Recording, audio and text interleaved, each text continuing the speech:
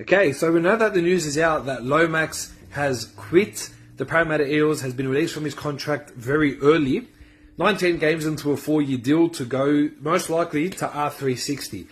I know what you're thinking. Parra fans probably livid at the fact that this guy's broken 2 contracts in 2 years. However, it's not all that bad for Parramatta. Now they can spend their money on trying to get a good forward like Keon Koloamatangi. But on top of that, getting rid of a guy that didn't want to really be there in the first place, trust me, I think it's a blessing in disguise. Noting that when he was at the Dragons and his contract had already been terminated and he went on to have the run that he did last year, he wanted to stay at the Dragons. He actually asked the Dragons for a chance to do a new deal. He didn't really want to go to Parramatta.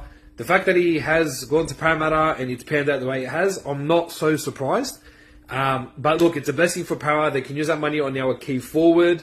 They could even potentially look at trying to get someone in the halves to partner Moses, or they rely on their talent in the juniors. They can even try and beef up their backs. A lot of options in where they can go now, the Parramatta Eels. But it's not the toughest decision that has been made so far by Rolls. He's already cut so many players from the existing squad, like Sean Lane when retired, Bryce Cartwright, Ryan Madison, just to name a few. Oh, Madison's on the verge. But he's making these big decisions. He knows where he wants to take this club.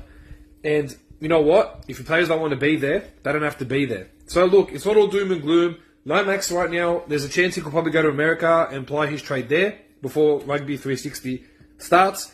And look, at the end of the day, good on Lomax. You only got a short career in the time that you have, so you're going to go get that money.